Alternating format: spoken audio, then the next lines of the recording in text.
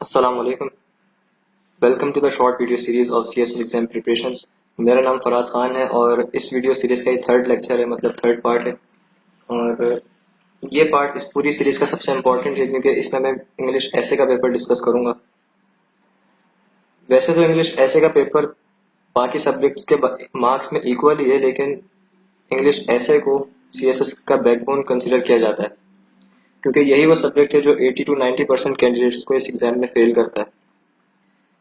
लोग बाकी सब्जेक्ट्स पास कर लेते हैं लेकिन इंग्लिश ऐसे के पेपर में फेल हो जाते हैं और उनके फेलुअर फैक्टर्स कॉमन होते हैं तकरीबन। मतलब वो फैक्टर्स जो हैं वो बिल्कुल कॉमन है जिसकी वजह से मेजॉरिटी ऑफ कैंडिडेट्स फेल होते हैं। तो मैं कोशिश करूंगा इस वीडियो में उन तमाम फैक्टर्स को हाईलाइट करूं ताकि आपको बात ज़्यादा आसानी से समझ में आ सके। तो स्टार्ट करते हैं। इंग्लिश ऐसे का पेपर एक नाइटमेयर की शक्ल इख्तियार कर चुका है एस्पायरेंट्स के लिए, क्योंकि ये वो सब्जेक्ट है जिससे 99% कैंडिडेट जो है वो डरते हैं, क्योंकि इसमें आपके पास कोई ऑप्शन नहीं होता दूसरा। आपको एक टॉपिक्स की लिस्ट मिलती है जिसमें से आपको किसी भी एक टॉपिक के ऊपर ऐसे अपना अटेम्प्ट करना होता है। तो अगर वो टॉपिक आपने सही सिलेक्ट कर लिया, सही कॉम्प्रिहेंड कर लिया, तो आपका पेपर पास होने के चांसेस बढ़ जाते हैं। लेकिन अगर आपकी टॉपिक सिलेक्शन गलत हो गई या आपने टॉपिक को कॉम्प्रिहेंड सही नहीं किया, तो बहुत ज़्यादा चांसेस हैं कि आपका ऐसे का पेपर फेल हो जाएगा, क्योंकि आपके पास और कोई चॉइस नहीं होती। अब इस सब्जेक्ट के साथ बहुत सारे मिथ्स एसोसिएटेड हैं कि इसके लिए आपका स्टैंडर्ड इंग्लिश का क्या होना चाहिए, किस तरीके से आपको अपनी प्रेजेंटेशन स्किल्स इसके अंदर रखनी चाहिए, कौन सी किस किस्म की आपको इसमें वोकेबलरी यूज़ करनी चाहिए, वो सारी मैं वन बाय वन डिस्कस करूंगा। सबसे पहला क्वेश्चन तो कैंडिडेट्स ये अक्सर पूछते हैं कि इंग्लिश का स्टैंडर्ड क्या होना चाहिए इंग्लिश ऐसे के पेपर में। तो उसका सिंपल सा आंसर ये ग्रीन में मैंने हाईलाइट किया हुआ है, सिंपल एंड करेक्ट। आपकी इंग्लिश बिल्कुल सिंपल होनी चाहिए और करेक्ट होनी चाहिए। अब यहाँ सिंपल का मतलब इजी नहीं कह रहा मैं। यहाँ पे सिंपल का मतलब ये है कि आपकी जो लैंग्वेज है, इंग्लिश लैंग्वेज है, वो ज़्यादा कॉम्प्लिकेटेड ना हो, कॉम्प्लेक्स ना हो और ग्रामेटिकली करेक्ट हो। अगर आपका ये स्टैंडर्ड है इंग्लिश का, तो आपको कोई प्रॉब्लम नहीं होगी। और जो लोग कहते हैं कि वोकेबलरी आपकी बिल्कुल वर्बोस होनी चाहिए या फ्लावरी इंग्लिश आप लिखो, तो उसमें ज़्यादा चांसेस प्रॉब्लम के ही होते हैं, क्योंकि जो एग्जामिनर आपकी कॉपी चेक कर रहा है, फॉर एग्जाम्पल आपने कोई ऐसा वर्ड वहाँ पे यूज़ कर लिया जिसकी मीनिंग उसको नहीं पता और वो कॉम्प्रिहेंड नहीं कर पा रहा कि आपका पॉइंट एक्चुअली है क्या, तो वो आपके पॉइंट के लिए डिक्शनरी तो खोलेगा नहीं, इतना टाइम उसके पास नहीं होता। तो ज़्यादा चांसेस यही हैं कि मार्क्स देने के बजाय वो आपके मार्क्स डिडक्ट कर सकता है। तो सेफ साइड खेलने के लिए आपको सिंपल और करेक्ट इंग्लिश यूज करनी है, ताकि आपका जो भी पॉइंट है, जो भी आपका आर्गुमेंट है, वो फर्स्ट रीडिंग में उसको डिलीवर हो जाए। उसके बाद शॉर्ट सेंटेंसेस आपको लिखना है। ज़्यादा कॉम्प्लेक्स ना करें, क्योंकि जितने ज़्यादा लॉन्ग सेंटेंसेस आप या कॉम्प्लेक्स सेंटेंसेस लिखेंगे, मिस्टेक्स के चांसेस उतने ही ज़्यादा बढ़ेंगे। तो बेहतर ये है कि आप शॉर्ट सेंटेंसेस लिखें और कोशिश करें कि उनमें ग्रामर की, पंक्चुएशन की या स्पेलिंग की कोई मिस्टेक ना हो। सिंपल वोकेबलरी यूज़ करें कि आपकी बात इजीली डिलीवर हो जाए। इनफॉर्मल और कॉन्ट्रैक्शंस को अवॉइड करें। मतलब जिस तरीके से हम एसएमएस में लिखते हैं, ये कॉन्ट्रैक्शंस एंड को हम सिग्नल बना देते हैं कोई, या सिंबल यूज़ कर लेते हैं, तो उसको अवॉइड करें। फॉर्मल लैंग्वेज आपको लिखनी होती है। उसके बाद अगर आप कोई स्टैटिस्टिक्स या रेफरेंसेस दे रहे हैं या कोई कोटेशन दे रहे हैं, तो उसको प्रॉपर्ली हाईलाइट करें, उसको प्रॉपर्ली प्रेजेंट करें। और जो भी आपके आर्ग्यूमेंट्स हैं उसको आप एनालाइज करें रीजनिंग की बेसिस में। मतलब आपकी कोई ना कोई अपनी थिंकिंग उसके पीछे होनी चाहिए, क्रैम्ड कोई आप मटेरियल उसमें ना लिखें। आपकी अपनी लॉजिकल थिंकिंग होनी चाहिए हर आपके आर्ग्यूमेंट के पीछे। तो ये एक सिंपल सा इसका स्टैंडर्ड का क्वेश्चन था। जो लोग पूछते हैं कि क्या स्टैंडर्ड होना चाहिए या किस तरीके से उसको अटेम्प्ट करें, तो आई होप ये क्लियर हो गया होगा आपको। उसके बाद ऐसे के एसेंशियल्स क्या क्या है, मतलब पिलर्स क्या क्या इंग्लिश ऐसे के, जिसकी बेसिस पे किसी भी कैंडिडेट का सब्जेक्ट ये वाला पास होता है या फेल होता है। तो सबसे बेसिक जो चीज़ है जिसको अक्सर कैंडिडेट्स इग्नोर करते हैं, वो है ग्रामेटिकली करेक्ट। मतलब ग्रामर पे इतना ज़्यादा फोकस नहीं करते और इतने ज़्यादा कॉम्प्लेक्स कर देते हैं वो अपने सेंटेंसेस को और पैराग्राफ्स को, कि उसमें ग्रामेटिकली मिस्टेक्स बहुत ज़्यादा हो जाती हैं। तो कोशिश करें कि आप सिंपल सेंटेंसेस, शॉर्ट सेंटेंसेस लिखें ताकि ग्रामर की मिस्टेक ना हो, क्योंकि इंग्लिश का पेपर है तो अगर इंग्लिश ग्रामर ही सही नहीं होगी तो आपका मार्क्स कैसे मिलेंगे आपको? अगर आप सिंपल सेंटेंसेस लिख रहे हैं तो शायद मार्क्स थोड़े कम मिले आपको, लेकिन आपको मार्क्स मिलेंगे क्योंकि उसमें मिस्टेक नहीं होगी। तो सेफ साइड खेलने के लिए आप ग्रामेटिकली अपनी जो भी मिस्टेक्स हैं उनको दूर करें, और पंक्चुएशन का प्रॉपर आपको यूज पता होना चाहिए कि कॉमा कहाँ लगना है, फुल स्टॉप कहाँ लगना है, एक्सक्लेमेशन कहाँ लगना है। उसके बाद आती है आपकी सीक्वेंस ऐसे की। अब सीक्वेंस जो होती है आपकी वो आउटलाइन से ही स्टार्ट हो जाती है। अब आउटलाइन में आपके मल्टीपल आपके आइडियाज होते हैं, मल्टीपल आर्ग्यूमेंट्स होते हैं, जिसमें आप सीक्वेंस रखते हैं अपने आर्ग्यूमेंट्स की, number 1, number 2, number 3 and so on. तो सीक्वेंस हमेशा इस तरीके से रखनी चाहिए कि जो मोस्ट इम्पोर्टेंट आपका आइडिया है वो फर्स्ट पे होगा, फिर उसके बाद जो जिसकी इम्पोर्टेंस फर्स्ट वाले से कम है वो सेकंड पे, या थर्ड वाले पॉइंट पे आप थर्ड को रखें। कहने का मतलब ये कि जिसकी इम्पोर्टेंस सबसे ज्यादा है, इम्पोर्टेंस वाइज आप अपने आर्ग्यूमेंट जनरेट करेंगे। अगर आपने मोस्ट इम्पोर्टेंट जो आप टॉपिक हिट कर रहे हैं जिस पॉइंट के साथ, अगर आपने वो नीचे रख दिया और नीचे वाला पॉइंट ऊपर रख दिया, तो ये सीक्वेंस बिल्कुल आपकी टॉपिक से मैच नहीं करेगी और आप अपने टॉपिक से डिस्ट्रैक्ट हो जाएंगे, जिसकी वजह से आउटलाइन पढ़कर ही एग्जामिनर आपको फेल कर सकता है। तो सीक्वेंस रखना बहुत जरूरी है। उसके बाद जब आपकी एक दफा सीक्वेंशियल आउटलाइन बन जाएगी, उसके बाद आता है आपके पास रेलेवेंट। रेलेवेंसी बहुत ज्यादा इंपॉर्टेंट है। इसकी इजी से एग्जांपल ये है कि आपका हर आइडिया, हर आर्गुमेंट डायरेक्ट हिट करे टॉपिक को। मतलब अगर कोई इंडिया पाकिस्तान के रिलेशनशिप्स की बात कर रहा है वाटर क्राइसिस के ऊपर, तो आपको सिर्फ वाटर क्राइसिस के ही पॉइंट्स हाईलाइट करने हैं, आपको उसमें वाघा बॉर्डर का इशू नहीं बताना या सियासन का इशू नहीं बताना। अगर वाटर क्राइसिस की बात हो रही है तो आप वाटर क्राइसिस को हर एंगल से कवर करें, उसके अंदर आप कश्मीर को नहीं ला सकते, या अगर कश्मीर को भी हाईलाइट कर रहे हैं तो उसमें भी वाटर क्राइसिस का इशू होना लाजमी है।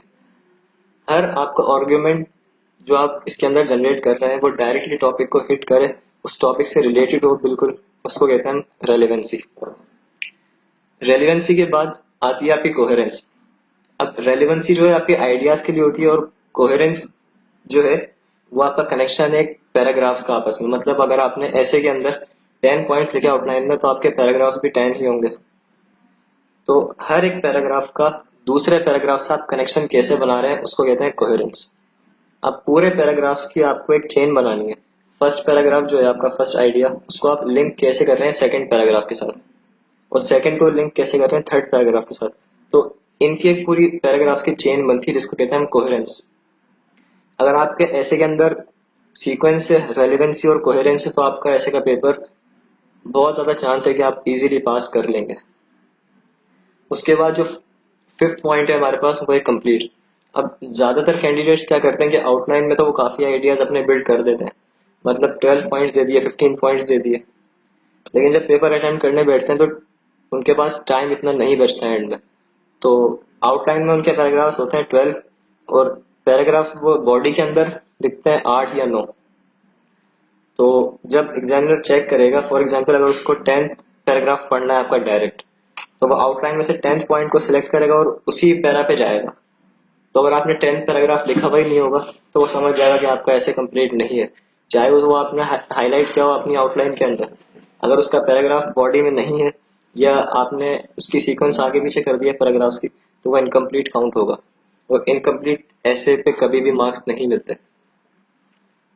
तो ये इसके बेसिक एसेंशियल्स थे। अब आगे बढ़ते हैं। अब मैं आपको एक इंटरेस्टिंग सी एग्जांपल देने वाला हूँ इंट्रोडक्शन की और बॉडी के रिलेशनशिप की। फॉर एग्जांपल ये आप एक बॉडी देख रहे हैं, ये एक पूरी ह्यूमन बॉडी है। अब ये काफी अच्छी लग रही है, लेकिन इसके ऊपर अभी हेड नहीं है। इसकी बॉडी भी अच्छी है, इसने सूट भी अच्छा पहना हुआ है, लेकिन अभी ना इसका हेड है, ना इसकी लेग्स है, मतलब ना इसका इंट्रोडक्शन है अभी, ना कंक्लूजन है, इसलिए आपकी बॉडी अभी ये यूजलेस है। अब जो भी आपकी बॉडी है, आपने चाहे कितनी भी अच्छी लिखी हुई हो, अगर उसका हेड मतलब इंट्रोडक्शन अगर आपने रेलेवेंट नहीं लिखा हुआ, तो वो आपकी पूरी बॉडी को बेकार कर देता है।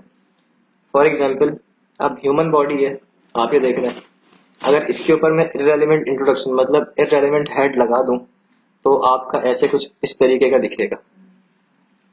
ह्यूमन बॉडी है और इंट्रोडक्शन या हेड किसी एनिमल का है, तो कोई मैच नहीं बन रहा इनका। तो अब आप कंसिडर कर सकते हैं अगर आपने बॉडी तो अच्छी लिखी है, लेकिन अगर इंट्रोडक्शन आपने उस टॉपिक को हिट नहीं किया इंट्रोडक्शन में, या टॉपिक आपने रेलेवेंट या उस टॉपिक से रिलेटेड नहीं लिखा, तो आपकी बॉडी इस तरीके की दिखेगी जो कि बिल्कुल ही यूजलेस है।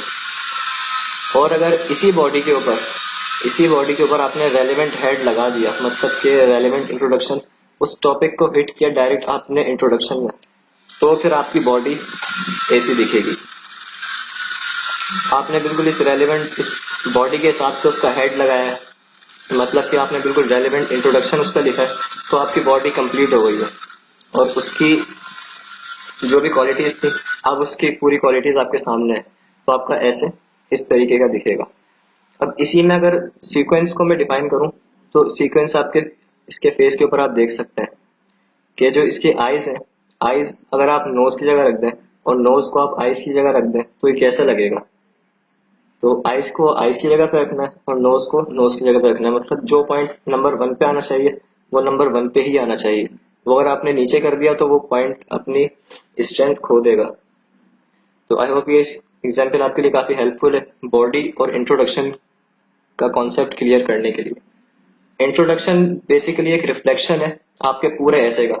जितने पॉइंट्स आप अपनी बॉडी में डिफाइन करेंगे, जितने पैराग्राफ्स लिखेंगे, उन सब का रिफ्लेक्शन आपके इंट्रोडक्शन में होना चाहिए। और वो आपका इंट्रोडक्शन जब तक रेलेवेंट नहीं होगा, तो आपकी बॉडी यूजलेस रहेगी। अब आगे बढ़ते हैं। अब ऐसे एक्चुअली है क्या? जो ऐसे है, ये एक्चुअली ए से है। अब ए से का मतलब क्या है? ए से का मतलब है व्हाट यूज है। मतलब कि एग्जामिनर आपसे डिमांड कर रहा है कि भाई जो टॉपिक आपको गिवन है, आप उसके बारे में क्या कहते हो, आपकी थिंकिंग क्या है, आपकी अप्रोच क्या है। तो वो ये नहीं पूछ रहा कि भाई वर्ल्ड टाइम्स में क्या लिखा हुआ है इस ऐसे के ऊपर, या कारवान सीरीज में इस ऐसे के ऊपर क्या लिखा हुआ है। वो ये पूछ रहा है कि आप इस टॉपिक के बारे में क्या कहते हो। ज्यादातर कैंडिडेट्स का रेशो इसलिए भी फेल होता है कि वो क्रैम करते हैं, रट्टे मारते हैं ऐसे इसके। ऐसे का पेपर कभी भी रट्टा मार के आप पास नहीं कर सकते जब तक इसमें आपकी अपनी अप्रोच, अपनी थिंकिंग शामिल नहीं होगी। ऐसे का मतलब है आप इसके बारे में क्या कहते हैं और आपके अपने लॉजिकल आर्ग्यूमेंट्स क्या है। तो इससे ज्यादा सिंपल मेरा नहीं ख्याल कि मैं कर सकता हूँ ऐसे समझाने के लिए। अब एफपीएससी हमसे डिमांड क्या करता है ऐसे के पेपर में? आपको एक लिस्ट गिवन होती है पेपर के अंदर 8 to 10 टॉपिक्स की, आपको जिसमें से एक चूज करना होता है और उस एक टॉपिक के ऊपर आपको 2500 to 3500 वर्ड्स का ऐसे लिखना होता है। अब एफपीएससी आपसे डिमांड क्या कर रहा है उस टॉपिक के अंदर?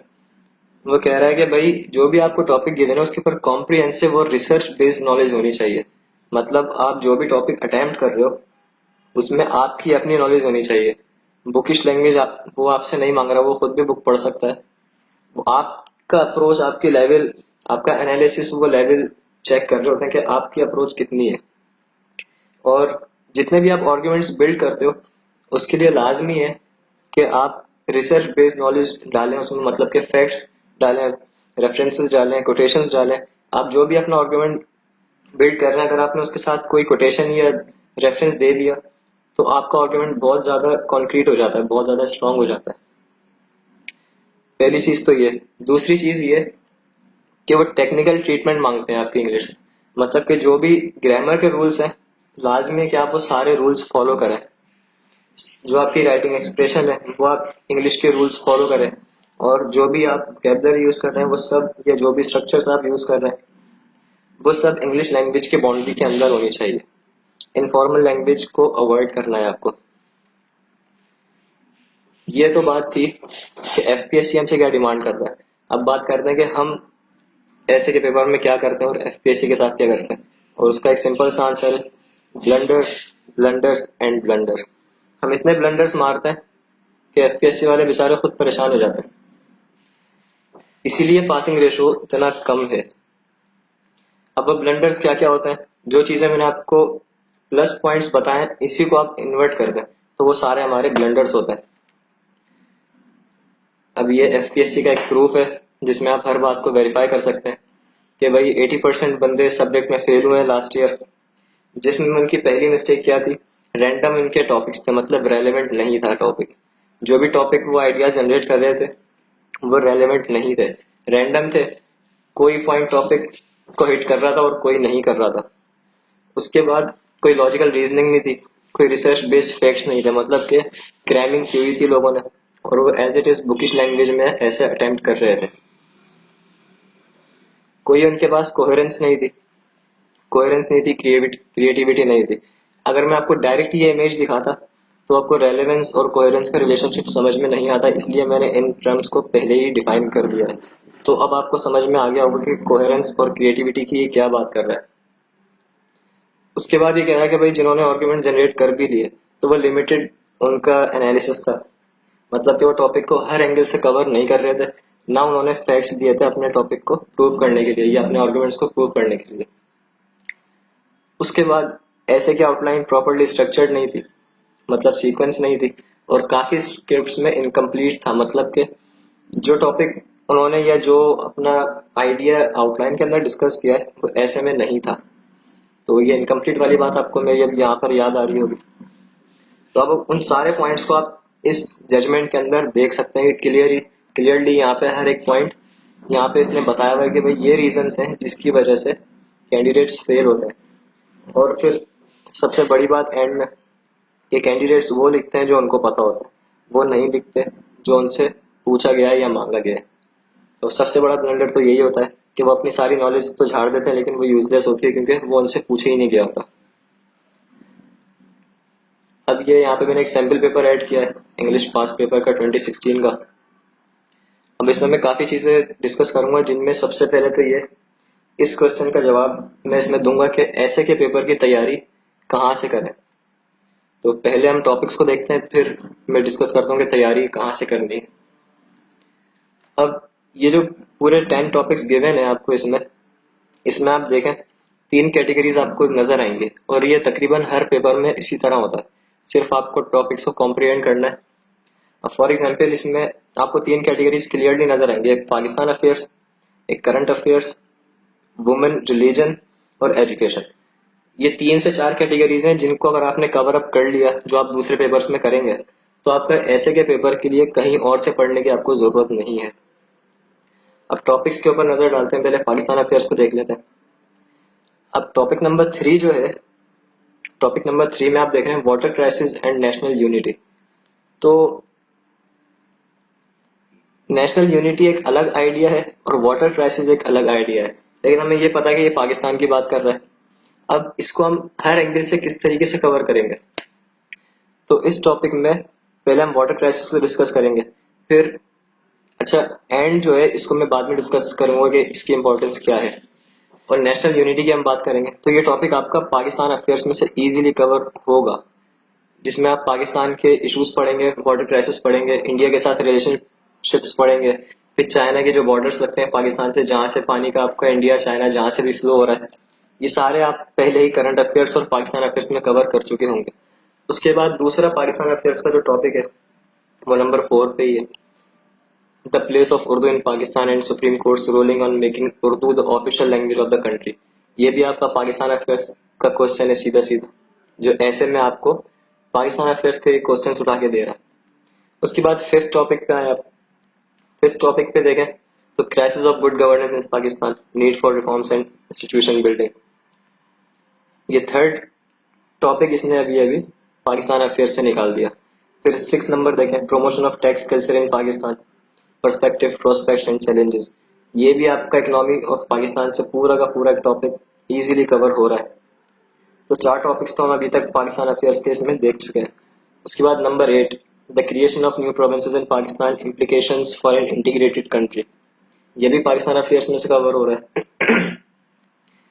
अब देखते हैं, ये 4 से 5 टॉपिक्स तो इजीली पाकिस्तान अफेयर्स के इन्होंने ही पेपर के अंदर ऐड कर दिए हैं ऐसे के पेपर के अंदर, जो कि आप इजीली कवर कर सकते हैं करंट अफेयर्स के सिलेबस से और पाकिस्तान अफेयर्स के सिलेबस से। अब दूसरी कैटेगरी जो होती है इसमें होती है वो करंट अफेयर्स की। अब करंट अफेयर्स में इसमें कौन कौन से टॉपिक्स आपको नजर आ रहे हैं, एक तो नंबर 1 है world as a global village, learning to live together. मतलब ये पूरा का पूरा इसमें ग्लोबलाइजेशन, इसके एडवांटेजेस डिसएडवांटेजेस और जो भी ग्लोबलाइजेशन के टूल्स और एलिमेंट्स हैं ये सब इसके अंदर डिस्कस होंगे। फर्स्ट पॉइंट आपका ये हो गया करंट अफेयर्स का। दूसरा आपका करंट अफेयर्स का टॉपिक नंबर 9 पर है, does foreign aid help to achieve economic stability. इसमें आपका करंट अफेयर्स भी डिस्कस होगा और पाकिस्तान अफेयर्स भी डिस्कस होगा। उसके बाद आप देखें, ये दूसरी जो कैटेगरी बन गई करंट अफेयर्स की, इसमें आपके पास 2 से 3 टॉपिक्स दिए गए हैं। थर्ड कैटेगरी होती है वुमेन इश्यूज के ऊपर। हर साल कोई ना कोई एक टॉपिक वुमेन इश्यूज के ऊपर लाजमी आता है, कभी राइट्स के ऊपर आता है, कभी इंपॉर्टेंस के ऊपर आता है। अब यहाँ पर देखते हैं नंबर 7 पर gender equality is a myth. ये पूरा वुमेन इश्यूज के ऊपर है। वर्ल्ड वाइड जो भी वुमेन के साथ इनइक्वेलिटीज होती हैं, जो भी इश्यूज हैं, जो हिस्ट्री है, वो सब इसके अंदर कवर होगा। उसके बाद नंबर 10 पर एक टॉपिक दिया वुमेन इश्यूज के ऊपर, फ्रेल्टी था नाइन इज वुमेन। इसी तरह ये आपकी तीसरी कैटेगरी बन गई है वुमेन की। इसी तरह आपके पास कभी एनर्जी क्राइसिस के ऊपर आता है, कभी एजुकेशन सिस्टम के ऊपर आता है। तो ये 4 मेजर कैटेगरीज बनती है जिसमें से आपके हर पेपर में 2 से 3 टॉपिक्स मैच करते हैं। तो अगर आप ये 4 सब्जेक्ट्स अच्छी तरह कवर कर रहे हैं, जिसमें पाकिस्तान अफेयर्स है, करंट अफेयर्स है, वुमेन, रिलीजन और इस टाइप के आप मेजर इश्यूज कवर कर रहे हैं, या 1-2 टॉपिक लिटरेचर से आते हैं, जैसे कि आपका सेकंड नंबर पे लिटरेचर का है, we have to learn to be our own best friends because we fall too easily into the trap of being our own worst enemies। Literature के इस टाइप के कोई कोटेशंस आ गया, कोई इडियम आ गया, वो इतना ज्यादा मैटर नहीं करता। लेकिन ये जो 3 कैटेगरीज हैं, Pakistan affairs, current affairs, religion, women और इस टाइप की रेंज है, इसको अगर आपने सही ग्रिप की हुई है इन सब्जेक्ट्स को, तो ऐसे का आपका सारा मटेरियल वहीं से निकलेगा। ऐसे के पेपर की तैयारी अलग से नहीं होती। जो भी आपकी नॉलेज दूसरे सब्जेक्ट्स की है, स्पेशली ऑप्शनल सब्जेक्ट्स की, वो आपको ऐसे के पेपर में बहुत ज्यादा हेल्प करेगी।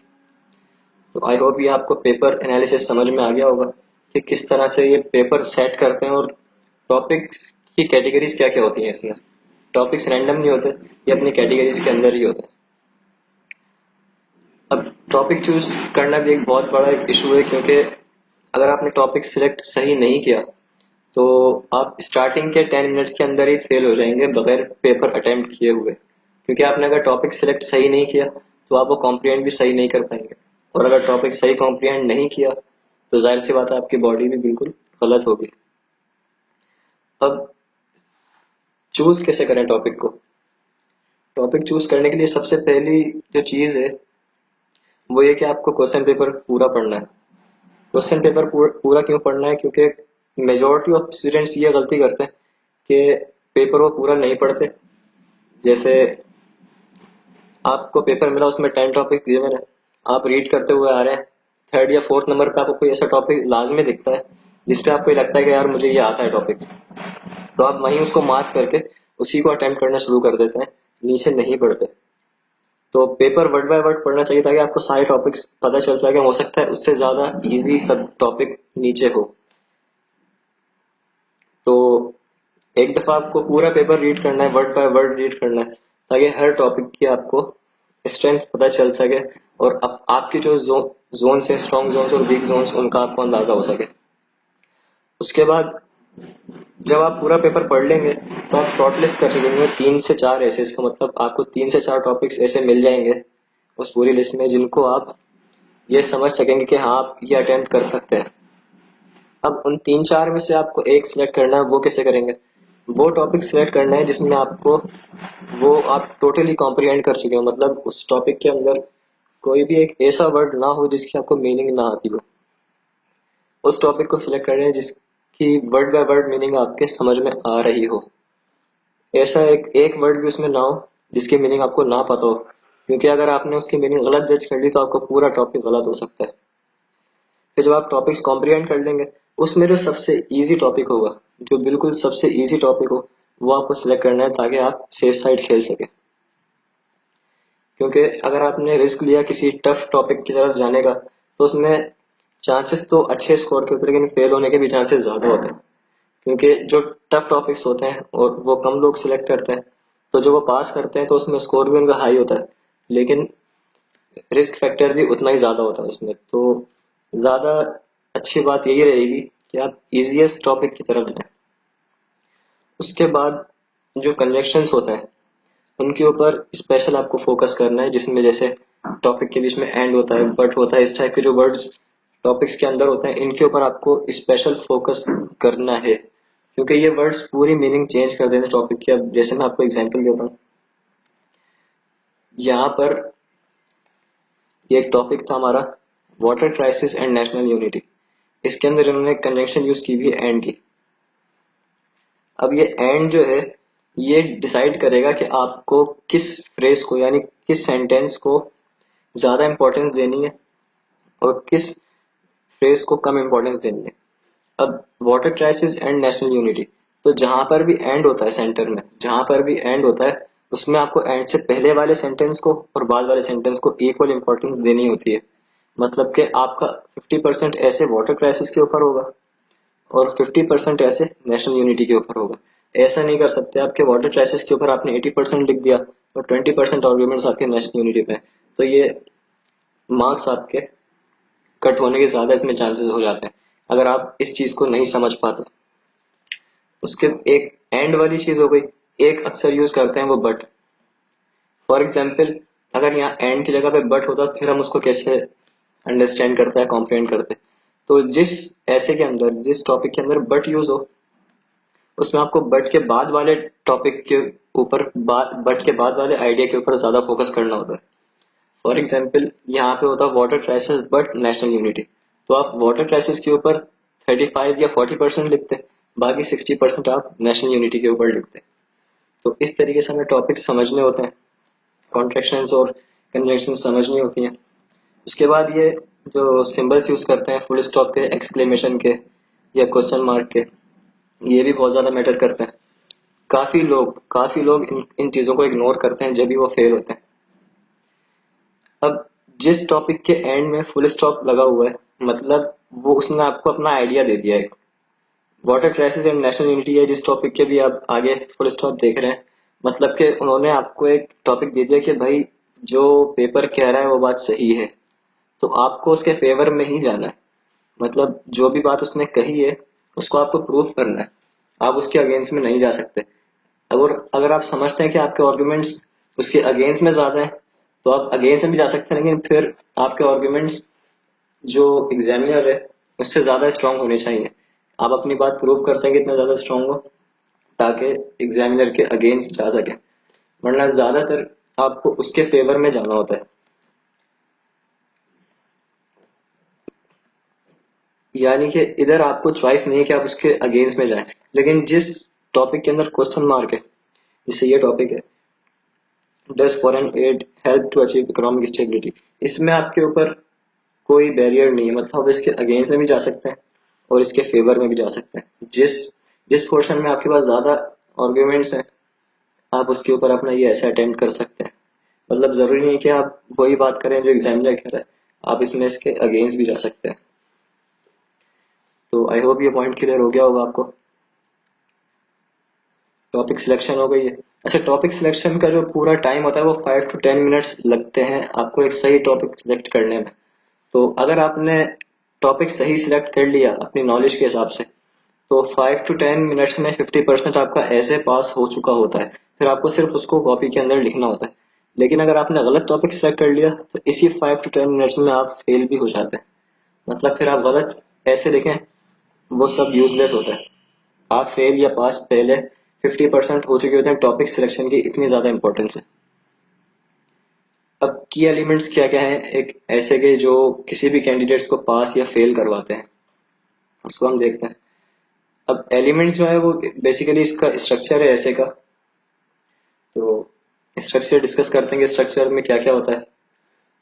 सबसे पहले आउटलाइन होती है ऐसे की। आउटलाइन में पूरा आपका ऐसे डिफाइंड होता है कि भाई आप ये अपनी बातें पूरे ऐसे के अंदर डिस्कस करेंगे। अब यहाँ पे मैंने इसका एक स्ट्रक्चर पूरा बनाया है ऐसे का, जिसमें इंट्रोडक्शन है आपका ऐसे का, फिर ये आपके आर्ग्यूमेंट्स हैं, idea 1, idea 2, idea 3 and so on. ये आपके सारे आइडियाज एंड मेजर आइडियाज, और ये सब पॉइंट जो है ये आपके माइनर आइडियाज हैं। फॉर एग्जांपल, आपने करप्शन के ऊपर कोई बात की है तो आप उसके सब पॉइंट्स में दे सकते हैं कि करप्शन क्यों बढ़ रही है, करप्शन के इम्पैक्ट्स क्या आ रहे हैं, या कौन कौन से रीजंस हैं जिसकी वजह से करप्शन नहीं रुक रही। फिर एक आइडिया में आपने करप्शन की बात कर ली, दूसरे आइडिया में अगर आप टेररिज्म की बात कर रहे हैं तो फिर आप उसके सब पॉइंट्स में टेररिज्म की काइंड दे सकते हैं, उसके इम्पैक्ट दे सकते हैं कि पाकिस्तान में टेररिज्म क्यों फैल रही है, कौन कौन से एलिमेंट्स हैं जिनकी वजह से ये कंट्रोल नहीं हो रही। फिर इसी तरह थर्ड आइडिया है, ये यहाँ पर मेजर आइडिया होता है, उसके सब पॉइंट्स में आप उसके माइनर आइडियाज देते हैं। इसी तरह फिर जितने भी आइडियाज आप बनाना चाह रहे हैं वो आप बना सकते हैं बॉडी के अंदर। और एंड में कंक्लूजन, इंट्रोडक्शन का एक पैराग्राफ होता है और कंक्लूजन का एक पैराग्राफ होता है, बाकी पैराग्राफ्स आपके बॉडी के अंदर होते हैं। ये होता है ऐसे का पूरा एक कंप्लीट स्ट्रक्चर, पूरा एक कंप्लीट बॉडी। अब आउटलाइन के बाद जब आप ऐसे शुरू करते हैं तो वो सारी चीजें बॉडी के अंदर आती हैं। आपने इंट्रोडक्शन लिखा, फिर उसके बाद आती है उसकी बॉडी। बॉडी के अंदर आपके मल्टीपल पैराग्राफ्स होते हैं, मतलब जितने भी आइडियाज आपने बिल्ड किए हैं अपने आउटलाइन के अंदर, ये सारे पॉइंट्स, इन सब पॉइंट का एक एक पैराग्राफ होता है। मतलब एक आइडिया एक पैराग्राफ, एक आइडिया एक पैराग्राफ। अगर आपने इस पॉइंट को नाम दिया है टेररिज्म और पॉइंट टू का नाम है करप्शन, तो आप फर्स्ट पॉइंट के पैराग्राफ में सिर्फ टेररिज्म की बात करेंगे, करप्शन उसके अंदर ऐड नहीं होगा। और जब आप सेकंड पॉइंट की बात करेंगे करप्शन की, तो उसमें आप फर्स्ट पॉइंट ऐड नहीं करेंगे क्योंकि उसको आप एक अलग पैराग्राफ बना चुके हो। तो इस तरीके से हर एक पॉइंट का एक अलग पैराग्राफ बनता है। और पैराग्राफ बनाने के लिए कौन कौन से एलिमेंट्स आपको चाहिए होते हैं वो यहाँ मैंने हाईलाइट किए हैं, जिसमें टॉपिक सेंटेंस होता है। टॉपिक सेंटेंस मतलब इंट्रोडक्टरी सेंटेंस, जो फर्स्ट सेंटेंस होता है आपके पैराग्राफ का, उसको कहते हैं टॉपिक सेंटेंस। और वो सेंटेंस आपके उस आइडिया को डिफाइन करता है कि आप किस चीज के बारे में बात कर रहे हो। तो जो भी आपका आइडिया है वो आप एक सेंटेंस के अंदर डिस्प्ले कर देते हो कि भाई मैं अपने पूरे पैराग्राफ के अंदर इस पॉइंट की बात करूंगा। टॉपिक सेंटेंस आता है, उसके बाद आप 5 to 6 ईयर जितने भी आपको सेंटेंसेस लिखने हैं, अपने आर्ग्यूमेंट्स, वो आप लिखते हैं। जब आप आर्ग्यूमेंट्स अपने दे देते हैं, फिर उसके बाद आपको जरूरत पड़ती है फैक्ट्स, फिगर्स, कोटेशंस और रेफरेंसेस की, ताकि जो भी आपने आर्ग्यूमेंट्स बिल्ड किए आप उसको स्ट्रेंथन कर सको, उसको कॉन्क्रीट कर सको। उसके बाद आपका कंक्लूडिंग सेंटेंस होता है जो सिर्फ उस पैराग्राफ के लिए होता है। मतलब फर्स्ट सेंटेंस टॉपिक सेंटेंस उस पैराग्राफ का, और लास्ट सेंटेंस कंक्लूडिंग सेंटेंस उस पैराग्राफ का। यहाँ पे एक आइडिया आपका फिनिश होगा, फिर आप दूसरे पैराग्राफ में दूसरा आइडिया शुरू करेंगे। तो इसकी सीक्वेंस कैसे बनेगी, टॉपिक सेंटेंस, फिर आपके आर्गुमेंट्स होंगे जितने भी आप सेंटेंस लिखना चाहो, फिर उसके बाद कोई भी आप रेफरेंस दे दें, कोई कोटेशन दे दें ताकि आपका आइडिया स्ट्रॉन्ग, आर्गुमेंट स्ट्रॉन्ग हो सके। और कंक्लूजिंग सेंटेंस पे आपका एक पैराग्राफ खत्म। इसी तरह आप जितने भी आपके आइडियाज हैं आप इसी पैटर्न को फॉलो करते हुए अपने सारे पैराग्राफ्स लिखेंगे। और उसके बाद आता है आपका कंक्लूजन। कंक्लूजन भी इंट्रोडक्शन की तरह एक पैराग्राफ है जिसके अंदर आप एक कॉम्प्रिहेंसिव रिफ्लेक्शन देते हैं अपने ऐसे की, मतलब जो जो आपने पूरे ऐसे में अपने आर्ग्यूमेंट्स प्रोवाइड किए हैं एग्जामिनर को, उसकी आप एक कॉम्प्रिहेंसिव आउटलाइन तो नहीं, एक पैराग्राफ बनाते हैं जिसके अंदर आपका रिजल्ट भी होता है और फाइंडिंग्स भी होती है जो आपने एनालाइज की है उस पूरे टॉपिक के बारे में। जो भी आपकी पूरी रिसर्च होगी, जो भी आपके फैक्ट्स, फिगर्स, जो भी आपके आर्ग्यूमेंट्स होंगे, वो सब उस कंक्लूजन के अंदर एक पैराग्राफ में आपको रिफ्लेक्ट करना है कि मैंने इस पूरे ऐसे में ये बातें की और इस तरह अपने आर्ग्यूमेंट्स को प्रूव किया। ये सिंपल कंक्लूजन। तो ये पूरा स्ट्रक्चर हो गया ऐसे का, ये आपको समझ में आ जाना चाहिए। अब यहाँ पे मैंने एक अपने ऐसे की एक आउटलाइन शेयर कर रहा हूँ। ये एक पास्ट पेपर का टॉपिक है जो मैंने अपनी प्रिपरेशन के टाइम में अटेम्प्ट किया था। और मुझे जाहिर सी बात है सीएसपी ऑफिसर्स नहीं पढ़ाए, जितने मेरे टीचर्स थे वो सारे सीएसपी ऑफिसर्स थे और ये चेक चेक भी वही करते थे। और ये टॉपिक मैं इसीलिए शेयर कर रहा हूँ आपके साथ कि ये ऐसे मैंने सीएसपी ऑफिसर से चेक करवा कर पास किया था।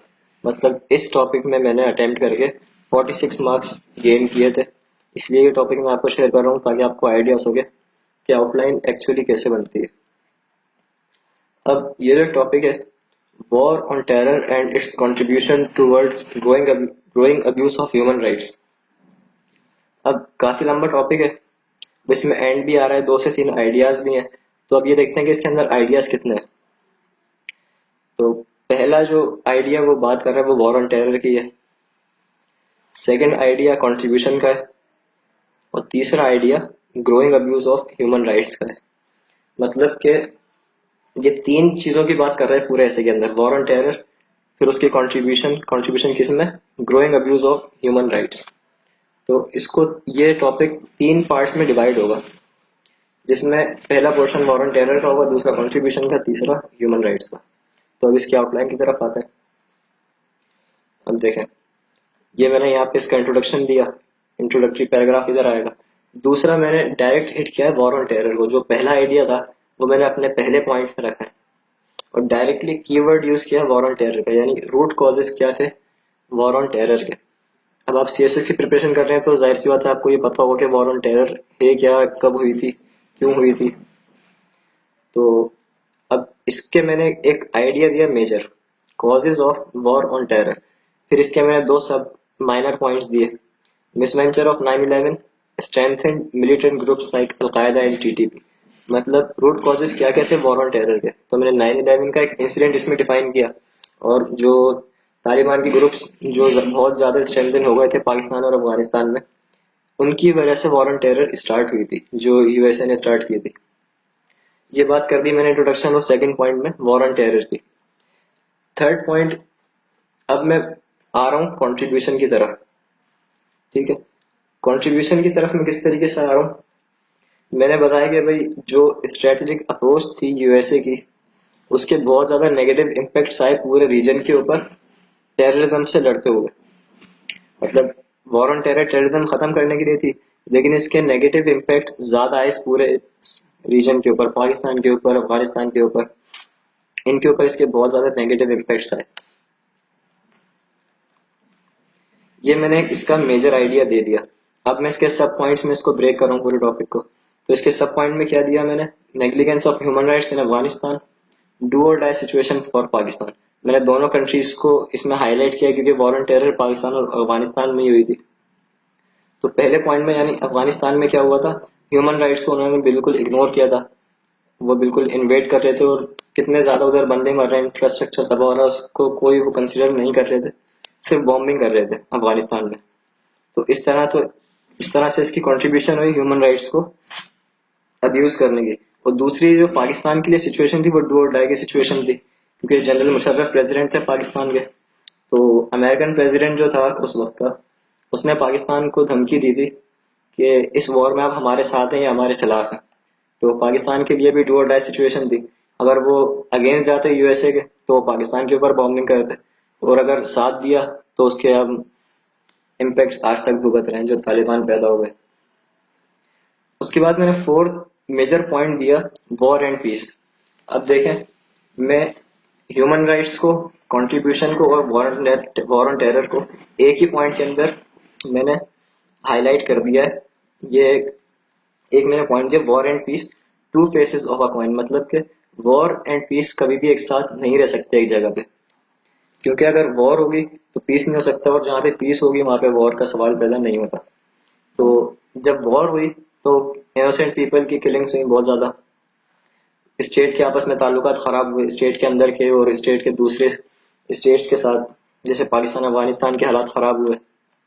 उसके बाद पीस खत्म हो गया, फिर जो पॉपुलेशन थी वो पैरालाइज्ड हो गई, फ्रीडम उनका खत्म हो गया, और एक्सट्रीमिज्म बहुत ज्यादा बढ़ने लगी, क्योंकि कुछ खास ग्रुप्स के ऊपर ज्यादा वो जुल्म कर रहे थे, तो वहां पे एक्सट्रीमिज्म बढ़ती गई और टेररिज्म भी वहीं से स्टार्ट हुई। उसके बाद फिफ्थ पॉइंट है कि ह्यूमन राइट्स कैसे वायलेट किए इस मैनेक ने। पहले पॉइंट ये एक मेजर पॉइंट दिया है मैंने, फिर उसके सब पॉइंट्स दिए कि क्या क्या नुकसान हुआ अफगानिस्तान और पाकिस्तान को। मैसिव लॉस यानी बहुत ज्यादा बंदे मरे, इंफ्रास्ट्रक्चर तबाह हुआ, काफी लोग बेघर हो गए, सेक्सुअल अब्यूज हुआ, फिर एजुकेशन इंस्टीट्यूशंस तबाह हो गई, रिलीजियस इंस्टीट्यूशंस पे उन्होंने पाबंदियां लगा दी थी, नो गो एरियाज बहुत ज्यादा बन गए थे, फ्रीडम खत्म हो गया था लोगों का। तो ये सारे ह्यूमन राइट्स की वायलेशन हुई थी वॉर ऑन टेरर के बाद, क्योंकि काफी फोर्सेस अफगानिस्तान में लैंड कर चुकी थी, तो उन्होंने एक तरीके से होस्टेज कर लिया था पूरे रीजन को। फिर उसके बाद हम देखते हैं sight on affected region through international prism which aids fuel to abuse of human rights. मतलब कि इंटरनेशनल प्रिज्म के जरिए अगर हम देखें उस रीजन को तो क्या क्या नुकसान हुए।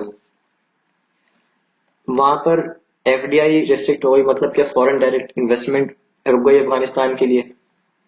इकोनॉमिक एंड डिप्लोमेटिक डिप्राइवेशन हो गई कि कोई वहां डेवलपमेंट नहीं हो रही थी, कोई फॉरेन कंट्री वहां पर इन्वेस्ट नहीं कर रहा था, और एक दोनों स्टेट्स का नेगेटिव इमेज दुनिया में जा रहा था। कि यहाँ पर से टेररिज्म पैदा हो रही है और यही वो स्टेट्स हैं जिनकी वजह से टेररिज्म फैल रही है पूरी दुनिया में। तो एक ये गलत इम्पैक्ट जा रहा था जिसकी वजह से दूसरी कंट्रीज इन दो कंट्रीज से अपने रिलेशंस खत्म कर रही थी। उसके बाद मैंने सेवेंथ इसमें मेजर पॉइंट दिया जिसमें मैंने स्पेसिफिकली पाकिस्तान को हाईलाइट किया है, war on terror in Pakistan and it's violation of human rights. मतलब कि वॉर ऑन टेरर तो शुरू अमेरिका ने की थी अफगानिस्तान के लिए, लेकिन पाकिस्तान के ऊपर उसके क्या इम्पैक्ट्स है, जो ये मेजर पॉइंट है इसका, मतलब मेजर आइडिया है मेरा, और मैं इसके अंदर इन माइनर पॉइंट्स को डिस्कस किया है। जिसमें पहला point estimated cost of war, मतलब 118 बिलियन डॉलर्स का पाकिस्तान का टोटल नुकसान हुआ था वॉर ऑन टेरर के ऊपर। और मैनिपुलेशन ऑफ बजट हुई थी, मतलब जो बजट एजुकेशन और हेल्थ के ऊपर लगना चाहिए था वो सारा पाकिस्तान ने डिफेंस के ऊपर लगा दिया था। कॉस्ट बढ़ती जा रही थी और पाकिस्तान का लेवल नीचे आता जा रहा था। उसके बाद इंफ्रास्ट्रक्चर तबाह हुआ था, बिल्डिंग्स वगैरह, पूरे पूरे शहर खाली हो गए थे, लोगों की मिसलोकेशन हुई थी, फ्रीडम ऑफ स्पीच के ऊपर पाबंदी लग गई थी, रिलीजियस टॉक्स के ऊपर पाबंदी लग गई थी, सोसाइटी में इनइक्वालिटीज बहुत ज्यादा बढ़ गई थी और दोनों तरफ से नुकसान हो रहा था पाकिस्तान को, मतलब inter state and inter state. तो ये सारे वो पॉइंट्स थे जिसमें मैंने पाकिस्तान के वायलेशन डिस्कस की थी, किस तरह पाकिस्तान का वॉर ऑन टेरर में नुकसान हुआ था, और उसके बाद कंक्लूजन। अब इस कंक्लूजन के जो पैराग्राफ है इसमें मैं सारे पॉइंट्स दोबारा डिफाइन करूंगा कि ये चीजें मैंने अपने ऐसे के अंदर डिस्कस की हैं और मेरी फाइंडिंग्स या मैंने ये कंक्लूड किया है जो जिसका रिजल्ट ये है। ये एक पैराग्राफ में लिख के आपका ऐसे खत्म हो जाएगा। आई होप कि काफी चीजें अब आपको क्लियर हो गई होंगी। अब आते हैं कि इंट्रोडक्शन कैसे लिखते हैं। अब पॉइंट ये तक तो ठीक था, लेकिन इंट्रोडक्शन लिखते कैसे हैं। जिस तरह कंक्लूजन लिखते हैं उसी तरह इंट्रोडक्शन का एक पैराग्राफ होता है, ये जो भी कोई नॉर्मल पैराग्राफ हम लिखते हैं उसी तरह लिखते हैं ये भी, लेकिन थोड़ा सा डिफरेंट इसका तरीका है। सबसे पहले सेंटेंस जो होता है वो टॉपिक सेंटेंस होता है, जो पूरे आपके आइडिया को रिफ्लेक्ट करता है, डिफाइन करता है कि इस टॉपिक के अंदर या इस पैराग्राफ के अंदर ये बातें होने जा रही हैं।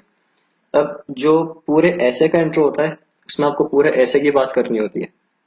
जैसे वॉर ऑन टेरर की हम बात कर रहे थे, तो पूरे टॉपिक की रिफ्लेक्शन आपके इस एक सेंटेंस के अंदर होनी चाहिए। फिर जब आप ये एक सेंटेंस लिख लेंगे, और जरूरी है कि वो डायरेक्टली आपके टॉपिक को हिट करे, मतलब इधर उधर आप ना निकल जाए कि कोई और पॉइंट्स आप इसमें ऐड कर दें। बिल्कुल डायरेक्टली सिंपल सेंटेंस में टॉपिक को हिट करें कि भाई जो भी आप बात कर रहे हो वो सही है और इसको मैं आगे प्रूव करूंगा। आपने टॉपिक सेंटेंस लिखा, उसके बाद सपोर्टिंग सेंटेंस आइडियाज में आप अपने 8 10 12 जितने सेंटेंसेस आपको आर्ग्यूमेंट्स लिखने हैं वो लिखें, और उसके बाद कंक्लूडिंग सेंटेंस, इसको थीसिस स्टेटमेंट कहते हैं। एक दो सेंटेंस के अंदर आप उसको पूरा ऐसे का क्रक्स बताएंगे कि भाई पूरे ऐसे की बात मैं 2 सेंटेंसेस में कर रहा हूँ, मतलब टॉपिक सेंटेंस फिर आर्ग्यूमेंट्स और कंक्लूडिंग सेंटेंस। इस एक पैराग्राफ में आपका पूरा ऐसे डिफाइन हो जाना चाहिए, दो दो वर्ड्स में या दो दो सेंटेंसेस में। इंट्रोडक्शन में आपके पूरे ऐसे की एक रिफ्लेक्शन होती है, इसलिए ज्यादा इंपॉर्टेंस चेकर आउटलाइन, इंट्रोडक्शन और कंक्लूजन को देते हैं। अगर उनको ये चीज समझ में आती है तो फिर वो आपकी बॉडी की तरफ जाएगा। अगर उसको आपकी बॉडी सही नहीं लगी या इंट्रोडक्शन सही नहीं लगा, सबसे पहले तो वो इंट्रोडक्शन देखते हैं, आउटलाइन सही लगेगी तो फिर वो इंट्रोडक्शन पे जाएगा, इंट्रोडक्शन सही लगेगा फिर वो कंक्लूजन पे जाएगा। जब ये तीनों चीजें उसको सही लगेंगे फिर वो बॉडी पढ़ के आपको मार्क्स देगा। अगर आउटलाइन सही नहीं लगी या इंट्रो सही नहीं लगा तो वो आपका ऐसे पढ़ेगा ही नहीं और आपको फेल कर देगा। अब ये थोड़ा सा टेक्निकल मेथड है इसका पूरा। अगर आपको ये चीज समझ नहीं आ रही तो सबसे आसान तरीका जो इंट्रोडक्शन लिखने का है वो है पैराफ्रेज योर आउटलाइन, मतलब जो जो आइडियाज आपने अपने आउटलाइन के अंदर दिए हैं, जो भी आइडियाज, उन सबको पैराग्राफ्स में वो सॉरी लाइंस में कन्वर्ट कर दें। मतलब कि जितने भी आपके पॉइंट्स हैं उनको कनेक्ट करते करते आप उन पॉइंट्स का एक कॉम्प्रिहेंसिव पैराग्राफ बना दें, सारे पॉइंट्स को सीक्वेंस के हिसाब से एक पैराग्राफ के अंदर कन्वर्ट कर दें, कंजक्शन या जो भी आप vocab यूज करें। तो इजी मेथड इंट्रोडक्शन का यही है। अब ये एक मैंने एक इंट्रोडक्शन अपना आपके साथ में शेयर कर रहा हूँ। ये इंट्रोडक्शन भी मैंने एक सीएसपी ऑफिसर से ही चेक करवाया था और उन्होंने इसको ग्रीन सिग्नल दिया था। तो ये पाकिस्तान अफेयर्स का एक क्वेश्चन था जिसका मैंने इंट्रोडक्शन लिखा था। तो इसमें आपको आइडिया हो जाएगा कि इंट्रोडक्शन कैसे लिखते हैं। अब क्वेश्चन है, Aligarh movement was divide of political ideas, it was an academic movement to a great extent. मतलब कि अलीगढ़ मूवमेंट जो थी उसमें पॉलिटिकल एम्स नहीं थे सर सैयद के, बल्कि वो एक प्योरली एकेडमिक मूवमेंट थी काफी हद तक। जो उसमें पॉलिटिकल एम्स थे वो काफी बाद में आए, या वो काफी बाद का स्टेप था। जो बेसिक उसकी रीजन थी वो आपके पास एकेडमिक मूवमेंट थी, मतलब के एजुकेशन प्रोवाइड करना था मुस्लिम्स को सब कॉन्टिनेंट के। अब इसका इंट्रोडक्शन देखते हैं। अब इस टॉपिक को देखते जाएं और आप इस इंट्रोडक्शन की स्टार्टिंग देखें। ये मेरा टॉपिक सेंटेंस है। Since the beginning of British rule in the subcontinent, Muslims were deprived of their basic rights not because of the oppression but the lagging and opposition to the Western education. अब यहाँ पे मैंने अपना एक point clear कर दिया है कि जो अलीगढ़ मूवमेंट थी वो प्योरली एक एजुकेशन की वजह से स्टार्ट की गई थी, क्योंकि जो मुसलमान थे सब कॉन्टिनेंट के वो अपनी गलतियों की वजह से ही पीछे थे। मतलब अंग्रेज उनके ऊपर कोई जुल्म नहीं कर रहे थे, लेकिन वो पीछे इसलिए थे कि उन्होंने वेस्टर्न एजुकेशन हासिल नहीं की थी। यहाँ पे मैंने एक अपना पॉइंट क्लियर कर दिया कि एक एजुकेशनल मूवमेंट थी और उसका बेसिक रीजन ये था। अब उसके बाद मैं अपने आर्ग्यूमेंट जनरेट कर रहा हूँ। मतलब जो ट्रिनिटी ऑफ आइडियाज थी सर सैयद अहमद खान की, उन्होंने वो तीन प्रेजेंट किए थे मुस्लिम्स को, जिसमें उन्होंने ये कहा था कि भाई आप ब्रिटिश से, उनके पॉलिटिक्स से दूर रहें और उनके साथ लॉयल रहें और किसी भी किस्म की पॉलिटिक्स में आप इंटरफेयर ना करें, बल्कि एजुकेशन, वेस्टर्न एजुकेशन हासिल करें, ताकि जब आप उनके लेवल पे आएंगे जब भी आप अपना मैसेज उनको डिलीवर कर सकते हैं और वो फिर आपकी बात सुन सकते हैं। अब ये चीज मैंने पॉलिटिकल आइडियाज के साथ मैच कर दी। मतलब इधर उन्होंने बता दिया कि आप पॉलिटिक्स से दूर रहें, और यहाँ क्वेश्चन में भी वो कह रहा है कि वो जो मूवमेंट थी वो डिवॉइड ऑफ पॉलिटिकल आइडियाज थी, मतलब उसमें कोई पॉलिटिकल एम नहीं था। तो उसको मैंने ट्रिनिटी ऑफ आइडियाज के साथ रेलेवेंसीज के क्रिएट कर दिए। उसके बाद ये कह रहा है कि जब मुस्लिम्स के सामने उन्होंने ये पेश की अपनी एक पूरी थ्योरी, तो उन्होंने पहले अपोज किया, लेकिन कुछ अरसे बाद मुसलमानों ने उसी पैटर्न को फॉलो करके, उसी ट्रिनिटी ऑफ आइडियाज को फॉलो करके एक अच्छा अपना मुकाम बनाया और एज अ मुस्लिम स्टेट वो उभरे। तो अब आप देख सकते हैं कि इस तीनों चारों पॉइंट्स को मैंने ये 6 7 8 लाइंस में पूरा डिस्कस कर दिया। अब ये तो इंट्रोडक्शन है, जब इसकी बॉडी बनेगी तो हर एक पॉइंट ये एक अपने पैराग्राफ में कन्वर्ट हो जाएगा, लेकिन इंट्रोडक्शन इतना आपका कॉम्पैक्ट और कॉम्प्रिहेंसिव होना चाहिए। मैं ये नहीं कह रहा कि ये बिल्कुल परफेक्ट है, लेकिन एक आइडिया देने के लिए ये आपको काफी है। उसके बाद कंक्लूजन होता है। कंक्लूजन में भी वही तीन चीजें, थीसिस स्टेटमेंट है। अब थीसिस स्टेटमेंट में इसका प्रोसेस थोड़ा उल्टा है। जैसे इंट्रोडक्शन में आपको थीसिस स्टेटमेंट लास्ट में देनी होती है, मतलब आपकी फाइंडिंग्स, कंक्लूजन में वो आपको पहले देनी होती है। जो भी आपने रिजल्ट फाइंड किया है अपना उस पूरे टॉपिक के हिसाब से, या जो भी डिलीवर किया है वो आपको पहले देना है कि मैंने ये अपनी कंक्लूजन निकाली है, या ये रिसर्च बेस्ड मेरी नॉलेज है, या ये मैंने एनालिसिस इसका निकाला है। उसके बाद आप अपने सपोर्टिंग सेंटेंस जनरेट करते हैं जो आपके थीसिस स्टेटमेंट को सपोर्ट करते हैं, और एंड में टॉपिक सेंटेंस।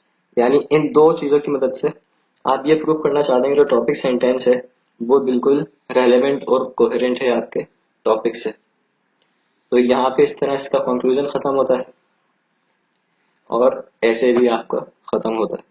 तो मुझे उम्मीद है कि काफी चीजें आपकी क्लियर हो चुकी होंगी ऐसे के बारे में, और अब थोड़ा आपको शायद इजी भी लगने लगे, क्योंकि एक दफा आपको पैटर्न पता चल गया है। तो प्रैक्टिस करें और पास करें। अल्लाह हाफिज।